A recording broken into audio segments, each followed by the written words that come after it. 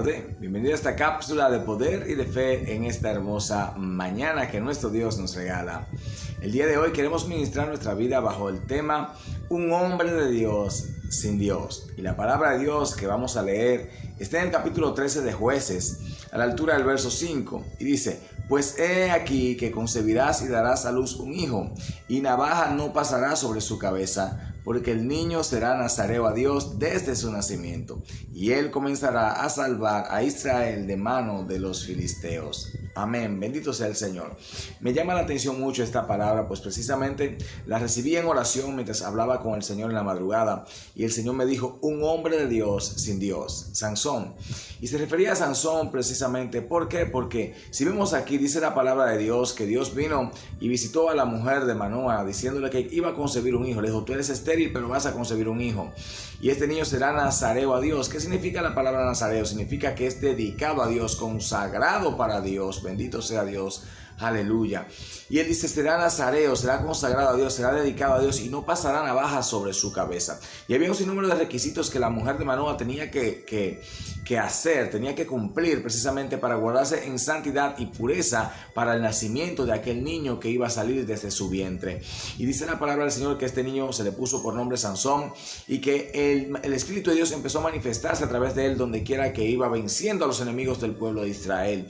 Y esto le hizo ganar gran fama delante de los hombres de aquel pueblo, y también delante de sus enemigos que buscaban matarle continuamente, buscaban destruirle continuamente, pues Dios le había constituido como juez sobre Israel para defender al pueblo de los enemigos de su pueblo, específicamente de los filisteos. En una ocasión este hombre, el Espíritu de Dios vino sobre él, y con una quijada de burro mató a 1000 filisteos. Con una quijada de burro, 1000 filisteos. Con este instrumento rústico, él logró acabar con 1000 hombres. Era tal la fuerza que tenía este hombre, era tal la gloria que Dios había depositado sobre este hombre, que era capaz de hacer grandes proezas con sus simples manos. Él hacía estas cosas porque Dios estaba con él, Dios andaba con él. Era un hombre de Dios, dedicado para Dios, independientemente de todos los pecados que venía cometiendo. Recordemos que este hombre se mezcló con una prostituta, se mezclaba con prostitutas. Este hombre se enamoró de una mujer que no era de su tierra, y luego terminó involucrándose con Dalila. ¿Y por qué el Señor me pone este tema? Un hombre de Dios sin Dios. Porque en el capítulo 16, a la altura del verso 20, precisamente dice que ya en la última ocasión, él habiendo revelado su secreto a Dalila, dice la palabra del Señor que Dalila cortó su cabello, y luego vociferó: Sansón, los filisteos sobre ti. Y él dijo en su corazón: haré como las otras veces que me libré de los filisteos. Y se levantó, pero dice la palabra, pero no se dio cuenta que Jehová no estaba con él. Jehová se había ido de él, Jehová se había apartado de él. Y este hombre, que era un hombre de Dios, ya no tenía más a Dios en su corazón. Y hay mucha gente, mis hermanos, muchos hombres de Dios que son simplemente el reflejo de lo que una vez fueron hace mucho tiempo, y hoy son hombres de Dios pero sin Dios. Son hombres de Dios pero llenos de religión. Son hombres de Dios pero llenos de glorias pasadas. ¿Por qué? Porque ya no viven bajo la unción, ya no viven bajo el poder, ya no viven bajo la administración del Espíritu Santo. Hoy son hombres que están llenos de legalismos, están llenos de religión, están llenos de apatía, están llenos de abulia, están llenos de indiferencia con Dios, y son hombres de Dios pero sin Dios. ¿Cuándo pasa esto en la vida de una persona? Cuando dejamos de depender del Espíritu Santo, cuando dejamos de enamorar al Espíritu Santo. Él es la persona más sensible, Él es la persona más afable, Él es nuestro compañero fiel, nuestro dulce maestro.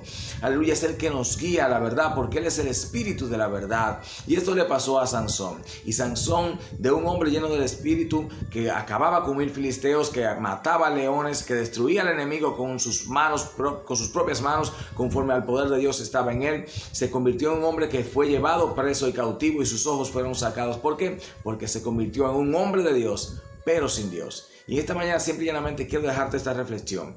Tenemos que cuidar mucho la presencia del Señor. Tenemos que honrar la persona del Espíritu Santo de Dios. Tenemos que honrarlo.